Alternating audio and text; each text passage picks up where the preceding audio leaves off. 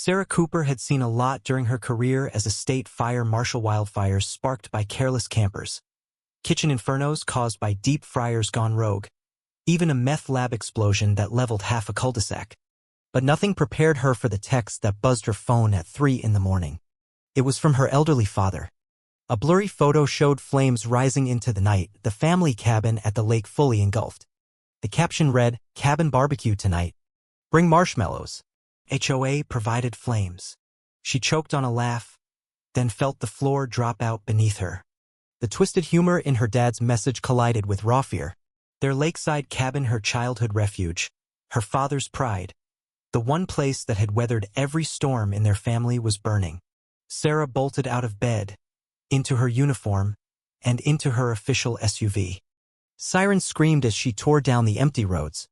By the time she reached the gravel driveway, the sky glowed an unnatural orange.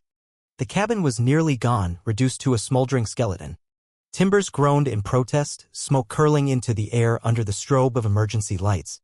Neighbors clustered at the roadside, some in tears, others oddly impassive. Sarah spotted Linda Crawford, president of the HOA, standing off to the side in a bathrobe, phone in hand, snapping photos like a tourist. "Linda," Sarah called, her voice sharp and cutting through the crackle of flames. Linda jumped. Her smirk faded. "Oh, Sarah, I'm so sorry," she said, a theatrical hand on her chest. "These old cabins, they're just accidents waiting to happen." Sarah narrowed her eyes. Accidents. Interesting word choice, especially when the hydrants are marked out of service, and every camera on this block conveniently stopped working. Linda's veneer of sympathy cracked. "Old wiring, dear. You know how these places are." "Do I?" Sarah took a step forward. "You hated this cabin. Called it an eyesore. Said it dragged down property values." Linda chuckled nervously. "Oh, come now, don't be dramatic. We all love it." "I'm also the state fire marshal," Sarah said. Linda's jaw dropped. Her phone slipped from her hand and hit the pavement. "And from this moment on, this is an active crime scene." Gasps rippled through the crowd. One old man pointed a trembling cane. "You burned Ed's cabin, you monster." Sarah knelt near the ashes. She spotted a warped piece of red plastic. Turning it over, she read, "Property of Fairview Lakes HOA. Care to explain this?" Linda's face drained of color. Around them, neighbors began to murmur. "This is a misunderstanding. Two would never." Sarah stood tall, holding the melted plastic like a badge. "Don't worry, Linda. I plan to clear up every misunderstanding." As dawn broke, neighbors gathered around Sarah, offering condolences, support, even grim humor. One man offered to hose down the HOA clubhouse. They weren't just mourning a cabin. They were mourning what the neighborhood used to be. Sarah documented everything. Photographed, sketched, bagged evidence. Later that day, she drove to the lab, where her old friend Leo greeted her. Leo was part forensic genius, part chaos gremlin, and entirely irreplaceable. "Are you telling me the HOA left a labeled gas can at the scene?" Leo asked. "Either they're arrogant or stupid. Maybe both." He grinned. "Let's burn him." The lab reports rolled in fast. The accelerant was industrial grade, used in demolitions. It had been sprayed across load-bearing points, not spilled. Worse, Leo matched the gas can's serial number to a bulk purchase by the HOA. The invoice said landscaping supplies. Then came a tip: check the HOA's gardening expenses. Sarah pulled records, scanned through them until she hit gold. Expenses for Flora Enhancement Device $1,200 and Combustion Aesthetic Upgrade lined the books. Leo leaned over her shoulder. "That's either a flamethrower or the most suspicious weed killer ever." Patterns emerged. The HOA had targeted non-compliant properties for removal. Her father's cabin was just the latest. Sarah went back to the ruins with a ground-penetrating radar. Under the old porch, she found a buried metal box. Inside, a motion-triggered trail cam. Her dad had installed it to catch raccoons. But the night of the fire, it caught something else.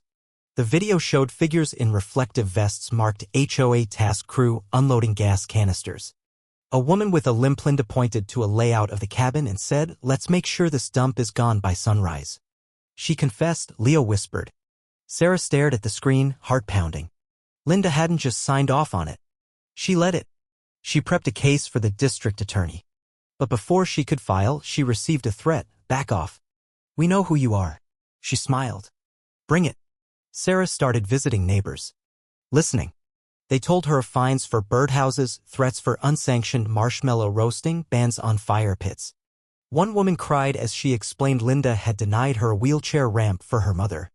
Sarah took it all in. Residents rallied behind her. They became informants, spies, even amateur sleuths. One posed as a buyer to attend a board meeting. Another installed a cam to watch mailbox activity.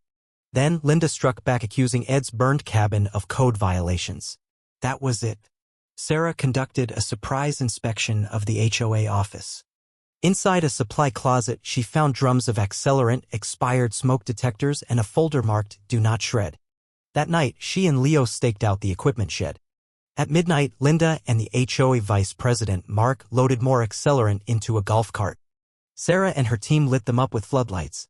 You're under arrest, she called, for attempted arson, trespassing, and criminal stupidity. Mark ran into a tree. Linda froze. You set us up, she gasped.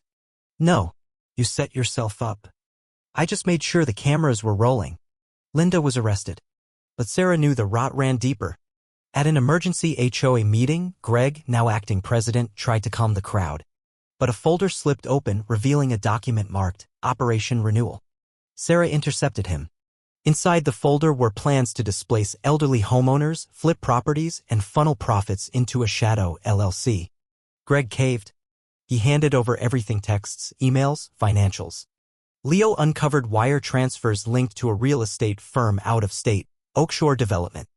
They had been using HOAs to drive out residents and redevelop land. The DA expanded the case. RICO charges followed. Sarah testified before a grand jury. Linda and the board were indicted. The Pleasant View HOA collapsed. Neighbors took back control. Mrs. Baxter from Lot 14, once fined for wind chimes, became the new chairwoman. Sarah's dad's cabin was rebuilt. The community came together to pour concrete, raise walls, and restore what had been lost. One night, sitting on lawn chairs by the lake, her father said, "You didn't just save our home. You saved the people in it." Sarah's phone buzzed. It was Leo. Oakshore's CEO just resigned. The governor wants to talk. They want you to lead statewide HOA reform. She looked out at the lake. Sounds like a job for the HOA enforcer. A week later, at the first true community barbecue, neighbors gathered. Mrs. Baxter took the mic. Let's honor the woman who reclaimed her home. They unveiled a carved sign, Cooper Point, a community reclaimed. Sarah laughed through tears. Maybe the fire had taken something.